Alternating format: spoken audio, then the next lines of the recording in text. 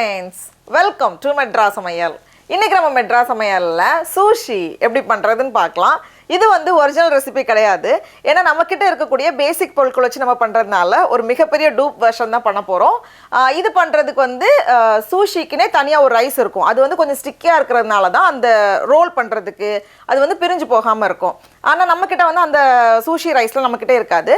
அதனால நம்ம வீட்டில் இருக்கக்கூடிய சாதாரண அரிசியை வந்து கொஞ்சம் ஜவ்வரிசி சேர்த்து நம்ம வேக வைக்கும்போது அது வந்து நல்லா ஸ்டிக்கியா இருக்கும். அந்த ஸ்டார்ச்சும் அந்த இதுவும் சேர்ந்து நல்லா ஸ்டிக்கியா கிடைக்கும். சூஷிக்கு வந்து நல்லா இருக்கும். இப்போ இந்த அரிசியை நம்ம அதுக்கு நான் இன்னைக்கு வந்து 1 கப் பச்சரிசி எடுத்திருக்கேன். இது வந்து 200 கிராம். இது கூடவே 2 டேபிள் ஸ்பூன் அளவுக்கு ஜவ்வரிசி ரெண்டையும் சேர்த்துட்டு தண்ணியில் நம்ம நல்லா அலசிடலாம். ஃபஸ்ட்டு ஒரு 2-3 வாட்டி தண்ணியில் அலசிக்கோங்க. இந்த மாதிரி நம்ம ஜவ்வரிசி சேர்த்து வேக வைக்கும்போது அரிசி வந்து நல்லா ஸ்டிக்கியாக இருக்கும். நமக்கு கரெக்டான டெக்ஸ்சருக்கு நமக்கு வரும். இந்த மாதிரி நல்லா கிளியர் ஆகிறது வரைக்கும் தண்ணியை நல்லா அலசியிருக்கேன். இப்போ இதில் வந்து 1.25 கப் போல் தண்ணி சேர்த்துக்கோங்க. 1.5லேருந்து 1.25 கப்புக்குள்ளே நம்ம அட்ஜஸ்ட் பண்ணிக்கலாம். ரொம்ப அதிகமாக தண்ணி சேர்த்துற வேண்டாம். சேர்த்துட்டு நான் வந்து இன்றைக்கி ரைஸ் குக்கரில் வேக வைக்க போகிறேன். சாதாரண குக்கர்லனா ஒரு விசில் வேக வச்சு எடுத்துக்கோங்க. அரிசி வந்துட்டுருக்கிற நேரத்தில் இந்த ரைஸை வந்து சீசன் பண்ணுறதுக்காக நம்ம வந்து ஒன்று ரெடி பண்ண போகிறோம். அதுக்கு ஒரு பவுலில் இல்லைனா ஒரு பேனில் 1 டேபிள் ஸ்பூன் அளவுக்கு சர்க்கரை சேர்த்துக்கோங்க. கூடவே 1/2 டீஸ்பூன் உப்பு, 1 table spoon vinegar, 2 table spoon தண்ணி சேர்த்துட்டு இதை வந்து நான் சூடு பண்ணி எடுத்துகிட்டு வந்திருக்கேன். அப்போ வந்து நமக்கு நல்லா கரைஞ்சி வந்துடும். பேன்லனா ஒரு வாட்டி கொதிச்சா போதும். பாருங்கள், இந்த மாதிரி நல்லா கரைஞ்சி ரெடியாக இருக்குது. இப்போ இது உள்ளே வைக்கிறதுக்கு நான் இன்றைக்கி வந்து சிக்கனில் பண்ண போகிறேன். பொதுவே சூஷி வந்து சீ ஃபுட்டில் பண்ணுவாங்க. நம்ம வந்து ஃபிஷ்ஷை லேசாக குக் பண்ணி வைக்கலாம், இல்லை வந்து ப்ரான்ஸை வந்து ஃப்ரை பண்ணி வைக்கலாம். அதுவும் நல்லாயிருக்கும்.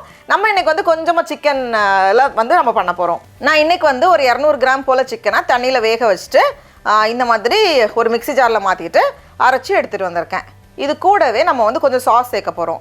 2லேருந்து 3 டேபிள் ஸ்பூன் போல் மயோனைஸ் சேர்த்துக்கோங்க. அதுக்கப்புறமா 1 டேபிள் ஸ்பூன் அளவுக்கு சில்லி சாஸ். இது வந்து கொஞ்சம் அந்த காரம் நமக்கு வந்து கொடுக்கும்.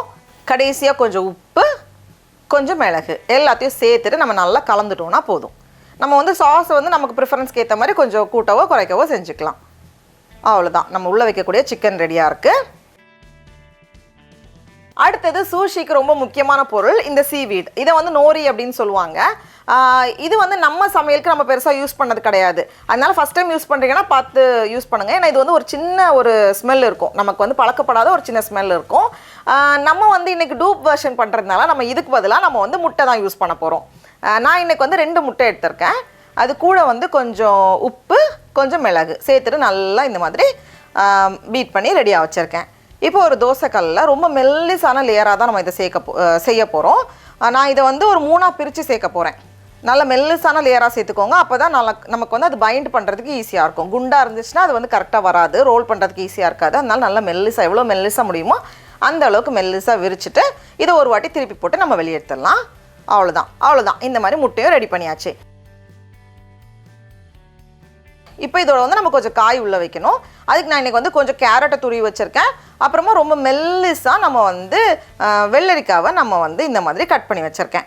இந்த மாதிரி நடுவில் இருக்கிற விதைகளை எடுத்துகிட்டு இந்த மாதிரி நல்ல மெல்லிஸான லேயராக கட் பண்ணி வச்சுருக்கேன். அவ்வளோதான். இப்போ நம்மளோட சாதம் கரெக்டாக வெந்து வந்திருக்கும்.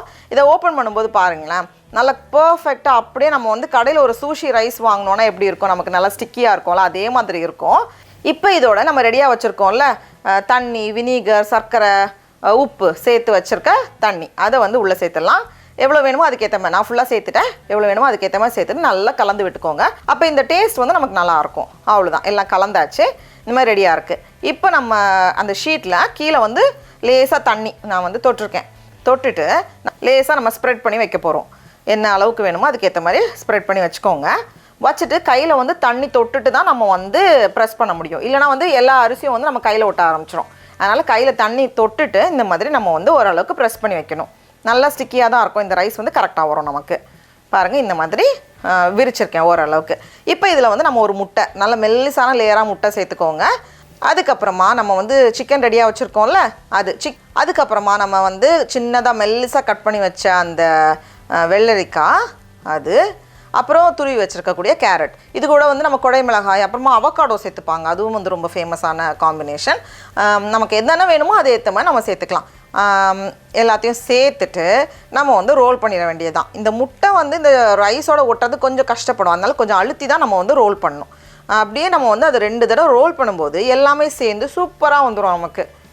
நோரி அந்த ஷீட் யூஸ் பண்ணுறீங்கன்னா நம்ம வந்து இந்த முட்டைக்கு பதிலாக நம்ம வந்து அதை யூஸ் பண்ணிக்கலாம். அவ்வளோதான் நம்மளோட சூஷி. இது மறுபடியும் கையில் தண்ணி தொட்டுக்கோங்க, அப்போ தான் வந்து அந்த அரிசி வந்து நம்ம கையில் ஒட்டாமல் இருக்கும். அவ்வளோதான். இப்போ கத்தியை வச்சு நம்ம கட் பண்ணிட்டோன்னா உள்ளே பாருங்களேன் எவ்வளோ சூப்பராக இருக்குன்னு. நமக்கு எது கடையில் போய் நம்ம சூஷி வாங்கணும், நம்ம வீட்டிலவே ஈஸியாக செஞ்சிடலாம். ஒரு நாள் நம்ம சிக்கனில் பண்ணலாம், ப்ரான்ஸில் பண்ணலாம். வெஜிடேரியன் ஆப்ஷனுக்கு வந்து நம்ம பன்னீர் யூஸ் பண்ணிக்கலாம். பன்னீரில் வந்து ஆனால் நம்ம கண்டிப்பாக இந்த சாஸ்லாம் சேர்த்து பண்ணும்போது தான் நல்ல ஃப்ளேவர்ஃபுல்லாக இருக்கும். அவ்வளோதான் சூஷி. அப்படியே சூப்பராக நம்ம வந்து பிளேட் பண்ணிடலாம்.